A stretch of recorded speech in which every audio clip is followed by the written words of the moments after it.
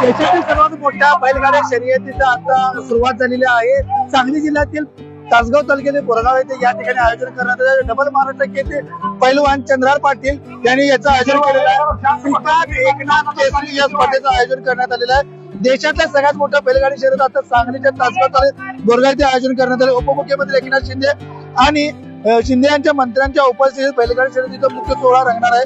जवळपास 2500 बैलगाड्या स्पर्धेत सहभागी झाल्या असून 500 एकर या बैलगाडी शर्यतीचा खेळ सुरू झालेला आहे। वेगवेगळ्या गटामध्ये आता बैलगाडी शर्यती पार पडत आहेत। त्याचबरोबर महिलांची बैलगाडी शर्यत देखील या ठिकाणी पार पडणार आहे। फॉर्च्युनर, थार, ट्रॅक्टर, बुलेट, 150 दुचाकी अशी भरगच्च बक्षीस स्पर्धेच्या निमित्ताने देण्यात येत आहेत। दुपारी आज उपमुख्यमंत्री एकनाथ शिंदे यांच्या उपस्थितीत बैलगाडी शर्यतीत संघटनेचे पहिले अधिवेशन पार पडणार आहे। त्यानंतर बैलगाडी शर्यत सुरुवात होणार आहे।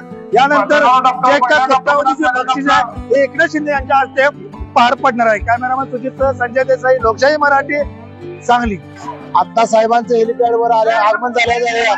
हेलिपॅडच्या जवळच जवळजवळ 100 गाई व 100 लाडक्या बहिणी इथं उभा असणार आहेत। त्या लाडक्या बहिणींना उदरनिर्वाहासाठी व गोवंश संवर्धनासाठी आज साहेबांच्या हस्ते 100 देशी गाई देऊन त्याची जोपासना करण्यासाठी आम्ही आज त्यांना लाडक्या बहिणींना देणार आहोत। लोकशाही मराठी ऐका, पहा, जागरूक रहा।